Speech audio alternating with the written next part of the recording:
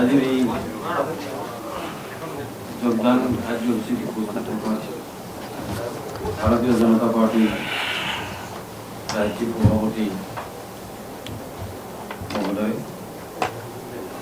ইয়াত উপস্থিত থকা লখিমপুর সমষ্টির সাংসদ মহোদয়কে আদি করে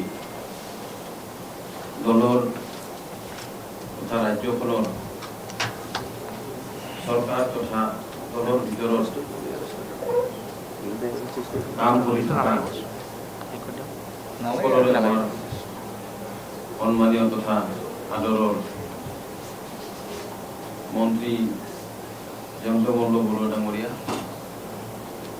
উপস্থিত দলৰ সাধাৰণ সম্পাদক অনুপ বৰ্মন ডাঙৰীয়া আৰু আজি দলৰ বিশিষ্ট পদত থকা অন্যান্য নেতৃবৃন্দ আৰু নতুনকৈ দলত যোগদান কৰা আন দুগৰাকী বৰচৰ্দাৰ সতীৰ্থ, মই আপোনালোকক সকলোকে মোৰ তৰফৰ পৰা প্ৰথমতে নমস্কাৰ জনাইছোঁ।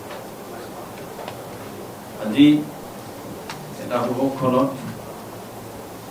মই ভাৰতীয় জনতা পাৰ্টিত যোগদান কৰিছোঁ। মই আশা কৰোঁ আপোনাসকলৰ সকলোৰে আশীৰ্বাদ মোৰ প্ৰতি থাকিব।